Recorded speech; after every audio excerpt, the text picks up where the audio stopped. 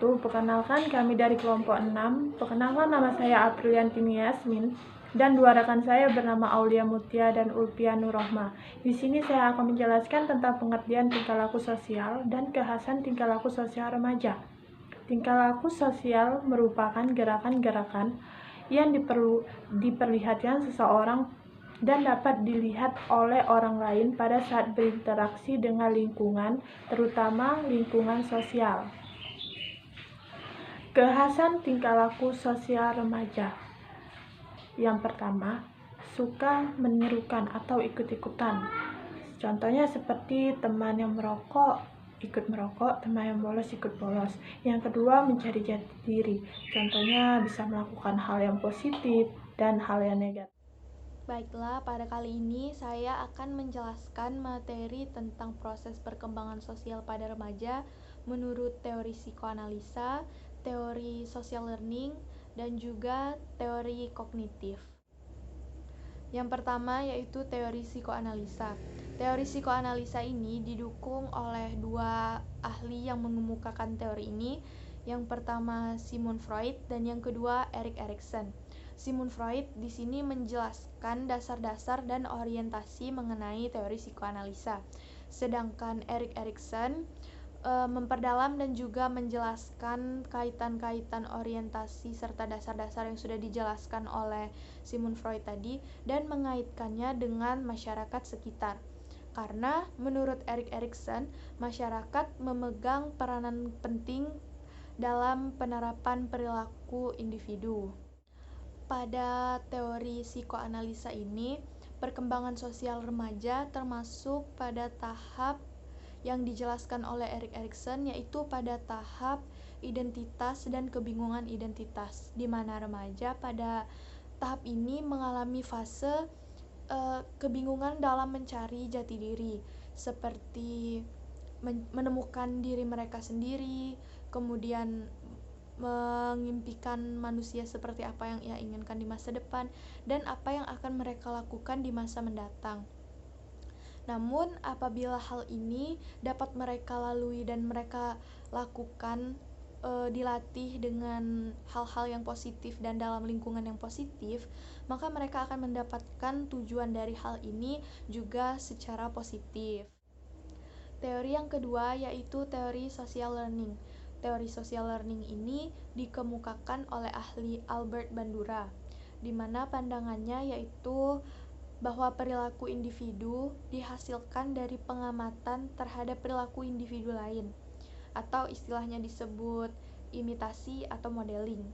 Contoh proses perkembangannya yaitu anak-anak yang bertingkah agresif terhadap teman-temannya. Bisa jadi perilaku agresif ini merupakan pengamatan oleh perilaku orang-orang yang ada di sekitarnya, memungkinkan bahwa orang-orang itu adalah orang tuanya atau gurunya ataupun bahkan teman-teman di sekitarnya. Yang ketiga adalah teori kognitif. Teori kognitif dikemukakan oleh dua ahli. Yang pertama Piaget, yang kedua Vygotsky.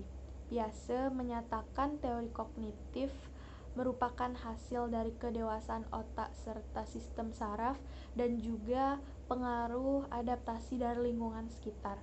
Sedangkan Vygotsky menyatakan bahwa teori kognitif juga dapat meningkatkan serta meluaskan pemahaman individu yang dipengaruhi oleh individu atau dipengaruhi oleh orang lain.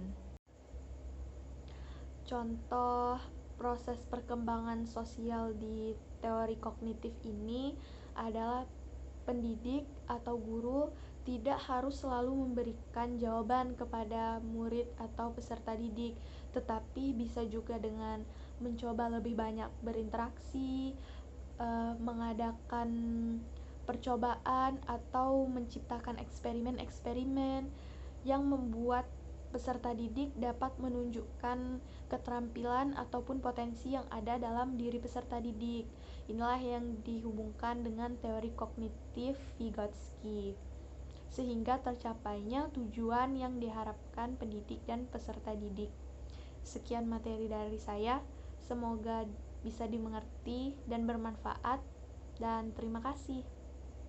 Assalamualaikum warahmatullahi wabarakatuh. Saya Ulfian Nurrohma akan menjelaskan tentang faktor-faktor yang mempengaruhi perkembangan sosial remaja. Faktor yang pertama yang mempengaruhi perkembangan sosial remaja adalah keluarga. Keluarga merupakan lingkungan pertama yang memberikan pengaruh terhadap berbagai aspek perkembangan anak, termasuk perkembangan sosialnya. Kondisi dan tata cara kehidupan keluarga merupakan lingkungan yang kondusif bagi sosialisasi anak. Di dalam keluarga berlaku norma-norma kehidupan keluarga, dan dengan demikian pada dasarnya keluarga merekayasa perilaku kehidupan anak. Yang kedua ialah kematangan anak. Bersosialisasi memerlukan kematangan fisik dan psikis untuk mampu mempertimbangkan dalam proses sosial, memberi dan menerima pendapat orang lain, memerlukan kematangan intelektual dan emosional. Yang ketiga adalah status sosial. Kehidupan sosial banyak dipengaruhi oleh kondisi dan status kehidupan sosial keluarga dalam lingkungan masyarakat. Masyarakat akan memandang anak bukan sebagai anak yang independen, akan tetapi akan dipandang dalam konteksnya yang utuh dalam keluarga anak itu. Yang keempat ialah pendidikan. Pendidikan merupakan proses sosialisasi remaja yang terarah. Hakikat pendidikan sebagai proses pengoperasian ilmu yang normatif akan memberikan warna kehidupan sosial anak di dalam masyarakat dan kehidupan mereka di masa yang akan datang. Pendidikan dalam arti luas harus diartikan bahwa perkembangan anak dipengaruhi oleh kehidupan keluarga, masyarakat, dan kelembagaan. Faktor yang terakhir adalah kapasitas mental, emosi, dan intelijensi. Kemampuan berpikir mempengaruhi banyak hal, seperti kemampuan belajar, memecahkan masalah, dan berbahasa. Remaja yang berintelektual tinggi akan memiliki kemampuan berbahasa secara baik.